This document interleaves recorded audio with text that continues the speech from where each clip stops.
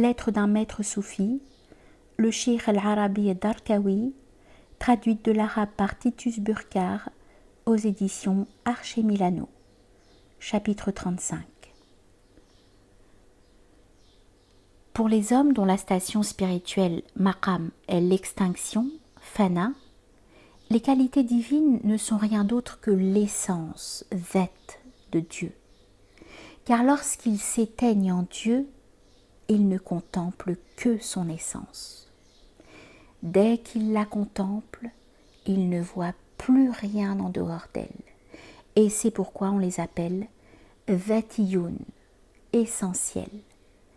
Or, l'essence divine possède une telle infinitude, une telle beauté et bonté que les intelligences les plus parfaites parmi les élus, sans parler de leur majorité, en sont consternées. Car elle se fait tellement subtile et fine qu'elle disparaît par excès de subtilité et de finesse. Et dans cet état, elle se dit à elle-même « Mon infinitude, ma beauté, ma bonté, ma splendeur, ma pénétration, mon élévation et mon exaltation n'ont point de limite. Ainsi, elle est non manifestée. Mais l'infini n'est infini que s'il est à la fois manifesté et non manifesté, subtil et solide, proche et lointain, à la fois qualifié de beauté et de rigueur, et ainsi de suite.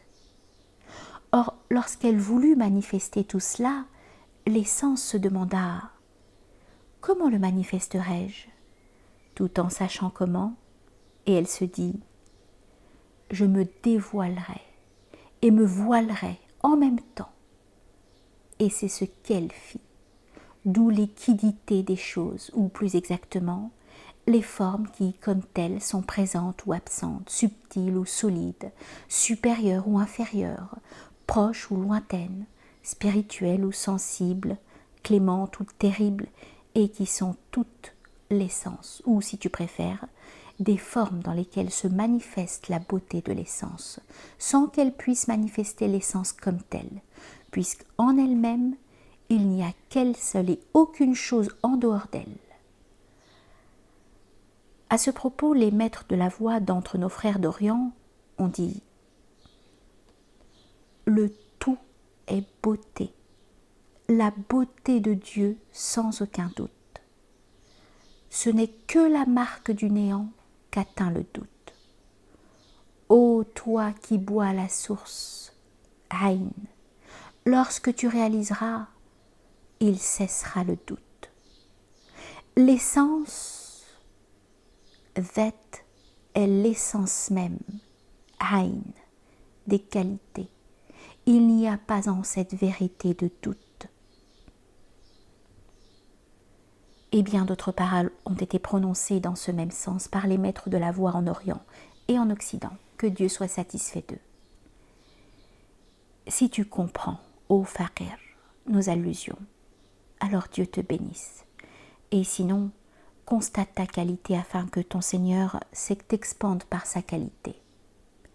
Et sache que la majesté, El-Jalal, est l'essence, tandis que la beauté, El-Jamal, est qualité.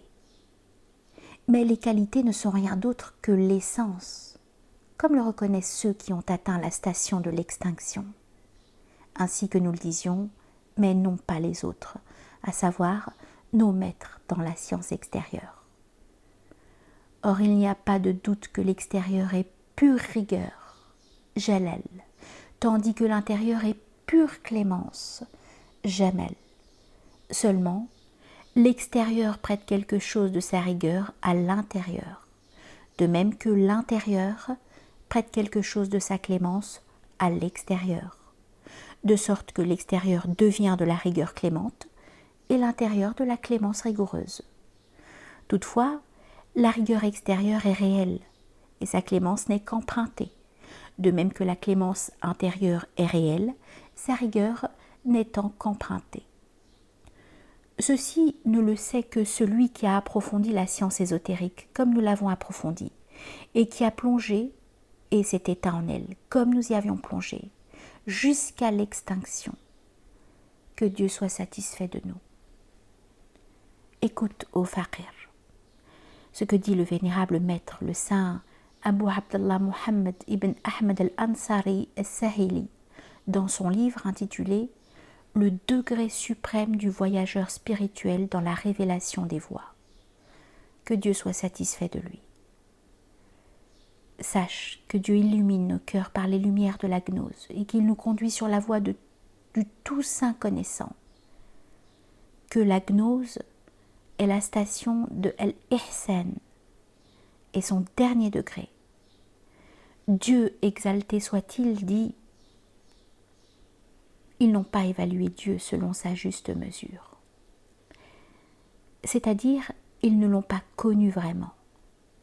Il dit également « Tu verras comme leurs yeux débordent de larmes sous l'effet de ce qu'ils connaissent de la vérité ».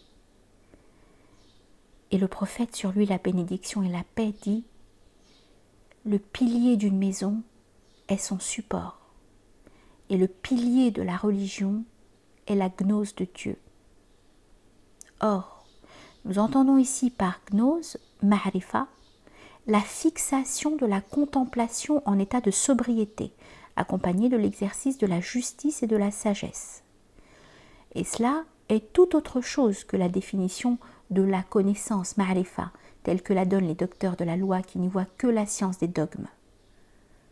Bien que la gnose englobe en principe toute connaissance, donc aussi la science théologique en tant que celle-ci est une connaissance, la gnose de Dieu ne se distingue pas moins de toute autre science, en ce sens qu'elle concerne la signification des noms et des qualités divins, non pas d'une manière distinctive, mais sans séparation entre les qualités et les sens.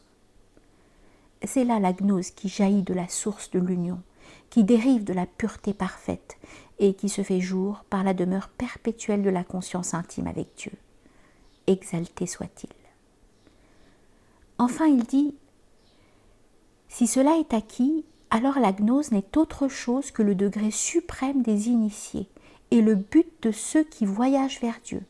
Et c'est elle la qualité dans laquelle ils donnent leur moi en échange pour Dieu.